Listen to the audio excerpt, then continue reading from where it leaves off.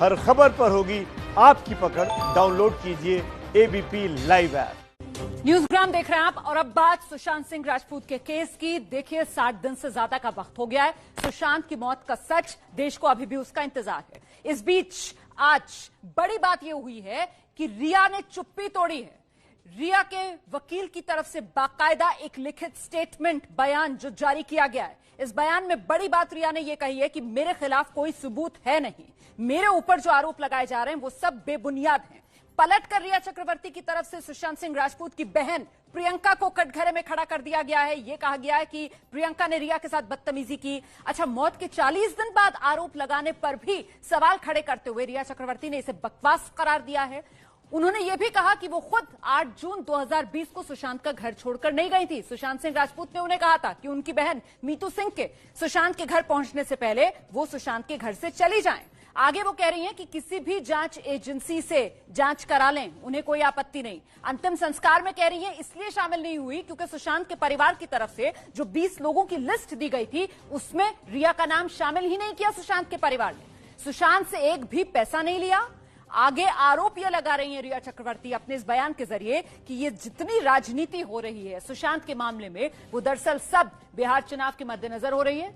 खुदकुशी के लिए उकसाने के चाहे आरोप हो, चाहे पैसे के लेन देन के आरोप हो, उन पर जितने आरोप लगाए जा रहे हैं सब बेबुनियाद हैं। सोशल मीडिया पर जो कहा जा रहा है कि आदित्य ठाकरे से जान पहचान है रिया चक्रवर्ती की, इस पर भी जो स्टेटमेंट रिया के वकील ने जारी किया है उस पर रिया ने सफाई दी है। और वो ये कह रही हैं कि मेरी तरफ से मेरा आदित्य ठाकरे से किसी तरीके की कोई जान पहचान है नहीं, आज तक कभी मैं आदित्य ठाकरे से मिली नहीं हूं। तो एक तरफ ये रिया चक्रवर्ती की तरफ से जो आरोप लगाए गए हैं उनका सिलसिलेवार ढंग से अपने बयान में जवाब दिया गया है, वहीं इस पूरे मामले में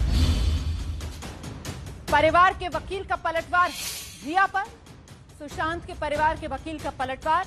वो कह रहे हैं कि रिया खुद को कैसे क्लीन चिट दे सकती है, जांच का इंतजार क्यों नहीं कर रही है रिया, ये सवाल पूछ रहे हैं सुशांत सिंह के परिवार के वकील विकास सिंह। मुंबई पुलिस ने कुछ क्यों नहीं किया, और क्योंकि मुंबई पुलिस ने कुछ नहीं किया इसीलिए तो बिहार में एफआईआर दर्ज हुई है। वो जो 40 दिन वाली बात कह रही है ना रिया चक्रवर्ती कि साहब 27 जुलाई को फिर परिवार ने एफआईआर दर्ज कराई, तो इसका जवाब दे रहे हैं सुशांत के परिवार के वकील। और वो कटघरे में रिया को ये कहते हुए खड़ा कर रहे हैं कि जांच का इंतजार क्यों नहीं कर रही है रिया, रिया खुद कैसे अथॉरिटी हो गई जो अपने आप को क्लीन चिट दे रही है। सुनिए जरा विकास सिंह से खास बातचीत। ऐसा जहां तक कि उनके उसका पैसे का लेन देन का सवाल है, ये तो रिया अपने आप को सेल्फ सर्टिफिकेट तो दे नहीं सकती है, ये सर्टिफिकेट तो ईडी को देना पड़ेगा ना। उस अकाउंट से जो कैश विड्रॉल हुआ है, काफी मात्रा में कैश विड्रॉल हुआ है ऑफिस खर्चे के नाम पे। ऑफिस कोई चल नहीं रहा था तो वो पैसा आखिर गया कहाँ। इसलिए बहुत सी ऐसी चीजें हैं जो कि इन्वेस्टिगेशन की बातें हैं जो ईडी अपना रिपोर्ट जब कंप्लीट करेगा उसमें आएगी। अभी इनके सेल्फ सर्टिफिकेट अपने आप रिया कौन होती है अपने आप को सर्टिफिकेट देने वाली कि ईडी के मामले में कुछ नहीं मिला है। अभी जांच चल रही है, उसमें ना तो रिया कोई कुछ बोल सकती है, ना हम कुछ बोल सकते हैं, और ना किसी का बोलना सही है क्योंकि अभी जांच चल ही रहा है और जांच में अभी बहुत कुछ बाकी है। जब मुंबई पुलिस ने कुछ भी नहीं किया तो परिवार को एक समय पे लगा कि अब हम कितना क्या इंतजार करें। जब मेरे पास परिवार आए तो बहुत थक के आए कि भाई मुंबई पुलिस कुछ कर नहीं रही है, अगर हम उनके पास फिर से कंप्लेंट भेज देंगे तो फिर ये रफा दफा करके ऐसे ही मामला खत्म कर देंगे। तब उसके बाद जब हमने इसको पूरा डिटेल डिस्कस किया तब हमने तय किया कि नहीं, इसका एफआईआर पटना में होना चाहिए क्योंकि दोनों जगह एफआईआर हो सकता है, और पटना में एफआईआर करवाया। और उसके बाद ही जो इन्वेस्टिगेशन हुआ है उसके बाद ही हुआ है, उसके पहले कोई इन्वेस्टिगेशन हुआ ही नहीं है। तो दरअसल ये जो स्टेटमेंट रिया चक्रवर्ती की वकील की तरफ से रिया के पक्ष में जारी किया गया उसी पर सवाल उठा रहे थे सुशांत के परिवार के वकील। अब देखिए, सुशांत की संदिग्ध मौत के केस में सवाल 2 एम्बुलेंस को लेकर पूछे जा रहे थे कि साहब 2-2 एम्बुलेंस घर पर कैसे पहुंच गई। सुशांत के शव को लेने एक नहीं दरअसल 2-2 एम्बुलेंस गई थी। इसी को लेकर कई तरीके की अटकलें लगाई जा रही थी, सोशल मीडिया पर चर्चा हो रही थी। और अब एबीपी न्यूज 2 एम्बुलेंस के राज से पर्दा उठाने जा रहा है। मृत्युंजय सिंह की ये एक्सक्लूसिव रिपोर्ट आप देखिए।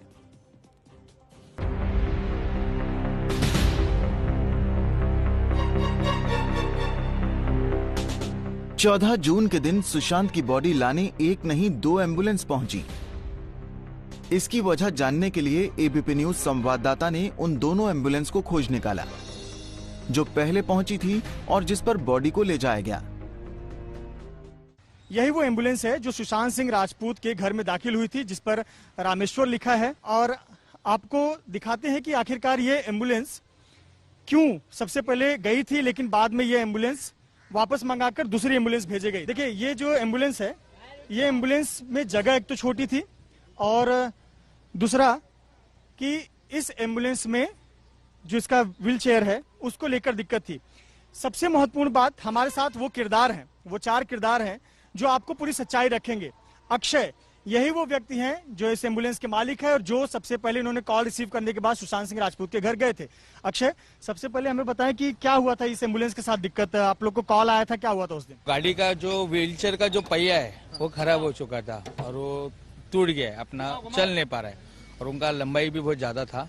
मैं जब ऊपर जाके देखा हो तो लंबाई वगैरह बहुत ज्यादा था।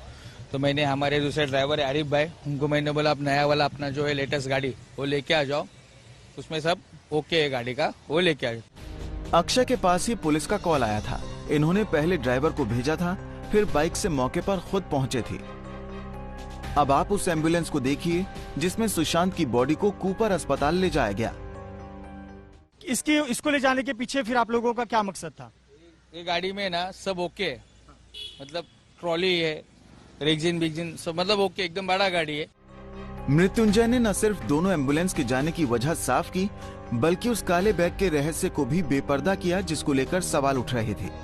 इन्हीं तस्वीरों के साथ दावा किया जा रहा था कि सुशांत के घर से काले बैग के साथ एक शख्स फरार हुआ था।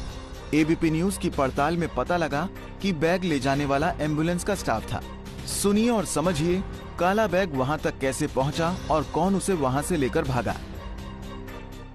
ये रेक्सिन एक बहुत वायरल वीडियो हो रहा है कि वो रेक्सिन बैग है, काला बैग लेकर कोई भाग रहा है। विशाल भाई, आप बताइए इसके बारे में कि इसका उपयोग आप लोग कहाँ करते हैं और सुशांत के मामले में इसका यूज कहाँ हुआ, कौन से फ्लोर से उतारना था? जैसे कि बड़ी बड़ी बिल्डिंग्स होती है लेकिन लिफ्ट छोटी होती है, उस लिफ्ट में अगर ये ट्रॉली नहीं जाता है तो इस रेक्सिन से हम लोग सीढ़ियों से पेशेंट होता है या डेड बॉडीज होती है उसको लेके आते हैं, और इससे सुशांत सिंह जी का शव नीचे लेके आए। अच्छा, देखने में इतना बड़ा लगता है, जरा इसे फोल्ड करके बताइए, क्या बैग जैसा दिख जाता है? जी, ये बैग जैसे ही देखने वाले को क्या दिखेगा सर हम लोग बोल नहीं सकते, लेकिन ये देखिए इस तरह से दिखता है।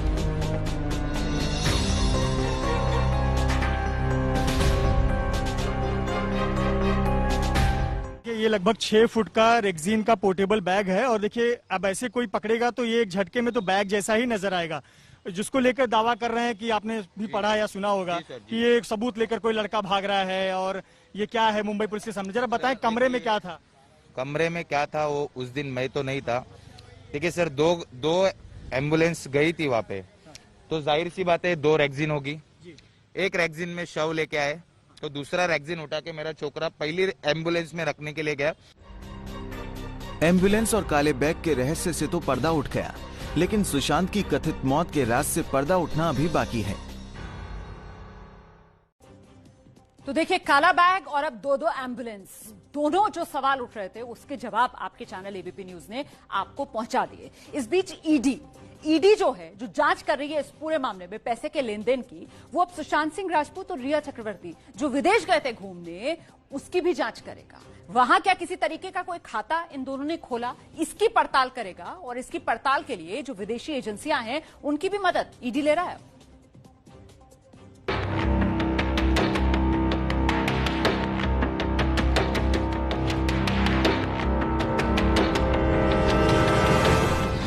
ये तस्वीरें सुशांत और रिया के यूरोप टूर की हैं। पिछले साल दोनों अक्टूबर में साथ गए थे। ईडी को अब तक की जांच के दौरान पता लगा है कि अक्टूबर में दोनों ने एक साथ 25 दिन की विदेश यात्रा की थी। इस दौरान सुशांत और रिया फ्रांस, स्विट्जरलैंड, इटली, ऑस्ट्रिया और दुबई होते हुए वापस आए थे। ईडी जानना चाहता है कि इस लंबी विदेश यात्रा का आखिर मकसद क्या था। ये यात्रा महज घूमने फिरने के इरादे से की गई थी या फिर ये कोई बिजनेस टूर था। सूत्रों के मुताबिक ईडी इस मामले में एक चरण की पूछताछ रिया से कर चुका है, लेकिन ईडी इस बारे में कुछ और सवालों के जवाब रिया से चाहता है, क्योंकि रिया ने जो जवाब ईडी के सामने अब तक दिए हैं उनसे ईडी पूरी तरह से संतुष्ट नहीं है। प्रवर्तन निदेशालय को शक है कि ये यात्राएं अचानक की गई थीं और इतनी लंबी यात्रा का मकसद कुछ और भी हो सकता है। यही कारण है कि ईडी जानना चाहता है कि यात्रा के दौरान कितना पैसा लेकर गए थे और कुल कितना पैसा खर्च हुआ, विदेशों में किस किस होटल में रहे, 25 दिनों की लंबी अवधि के दौरान किस किस से मिले, क्या विदेश में कोई बैंक खाता खोला गया या कोई कंपनी बनाई गई, क्या ये कोई पैकेज टूर था या प्राइवेट, क्या विदेश में किसी से कोई पैसा मिला था, जिन देशों में गए वहाँ कोई रिश्तेदार रहता है। प्रवर्तन निदेशालय के एक आला अधिकारी ने इस बाबत कहा कि ये पूरा मामला इसलिए भी संदेहास्पद हो जाता है क्योंकि इस पूरे मामले में जो कमाई करने वाला शख्स था उसकी मौत संदेहास्पद परिस्थितियों में हो चुकी है। ईडी सूत्रों के मुताबिक इस पूरे मामले में विदेशों से संबंधित जो बयान सामने आएंगे उनकी सत्यता की जांच के लिए विदेशी जांच एजेंसियों की मदद भी ली जाएगी। अच्छा, आगे मैं बढ़ूं उससे पहले एक और बड़ा खुलासा सुशांत सिंह राजपूत मामले से जुड़ा हुआ है। ये भी आप जान लीजिए कि सुशांत के जो सबसे पुराने सीए थे रजत मेवाती, उनकी तरफ से ये जानकारी दी गई है कि साहब जब से श्रुति मोदी और रिया चक्रवर्ती सुशांत सिंह राजपूत की जिंदगी में आई थी तब से सब कुछ बदल गया था सुशांत सिंह राजपूत की जिंदगी में। उनके साथ काम करने वाले लोग बदल रहे थे, उनके रहन सहन का अंदाज बदल रहा था, उनका खर्चा बदल रहा था। ये रजत मेवाती ने बड़े खुलासे किए हैं। मैं सुशांत सर का सबसे सीनियर स्टाफ था, लाइक 2018 से लेके 2020 के जनवरी फर्स्ट वीक तक था मैं उनके साथ। रिया और श्रुति के आने के बाद क्या कुछ बदला और कैसे चीजें बदल? रिया मैम और श्रुति, तो रिया आने के बाद ऐसा था, रिया की फर्स्ट एंट्री हुई थी, देन बाद में थोड़े प्रियंका दीदी जाने के बाद थोड़ा मूवमेंट ज्यादा हो जाए रिया मैम का। प्रियंका दीदी जाने के बाद एंड फिर माई बीन जुलाई 20 तारीख लमसम एट दैट पॉइंट श्रुति की एंट्री घर में हुई। चीजें बदलने लगी बिकॉज सारी चीजें उनके फेवर में थी, तो ट्रांसपेरेंट नहीं रह गई चीजें, बहुत ही ट्रांसपेरेंट नहीं थी ना। तो ऐसे स्टाफ पहले चीज ट्रांसपेरेंट थी ऐसे स्टाफ एंड बॉस के बीच में। और रिया ने निकाला भी बहुत सारे स्टाफ को। हाँ, जब निकाला तो ऐसे अशोक मास्टर जी जो हमारे सीनियर शेफ थे, सबसे पहले वो बाहर हुए, फिर उसके बाद मैं बाहर हुआ। जब मुझे निकाला मेरे सामने क्लियरिटी नहीं थी, क्योंकि अगर मुझे निकालना रहता, मुझे मेरे बॉस जो सुशांत सर को मुझे निकालना होता, तो जो आप अभी वीडियो देख रहे हैं वो वीडियो के दौरान ही मुझे निकाल दिया जाता। आप समझ रहे हो? बट बॉस ने नहीं किया, बॉस नहीं चाहते बिकॉज बॉस मुझे फाइनेंस में ट्रस्ट करते थे हर चीज। लेकिन रिया आने के बाद सब आपके हाथ से भी निकल गया। हाँ, मेरे हाथ से निकल गया था बिकॉज ऐसे उस दौरान सर की भी कंडीशन, मतलब आप समझ, तबीयत उनकी ठीक नहीं थी। क्या सुशांत डिप्रेशन में थे? नहीं, मैं 100% बोल सकता हूँ डिप्रेस नहीं था किसी भी चीज। कोई दवा ले रहे थे वो? दवाइयाँ उनकी चालू थी, बट मुझे नहीं पता वो किस चीज की दवाइयाँ थी। बोला गया था डेंगू है, बट ऐसे उसके बाद में डेंगू होता है तो यार आप तो ऐसे 1 महीने का कोर्स कर लेते हो, चलो ठीक है, उसके बाद भी क्यों दवाई? क्योंकि इससे पहले कोई दवाइयाँ नहीं लेते थे। रिया के आने के बाद खर्चे बढ़ गए थे? डिफरेंस आया था, डिफरेंस बहुत आया था।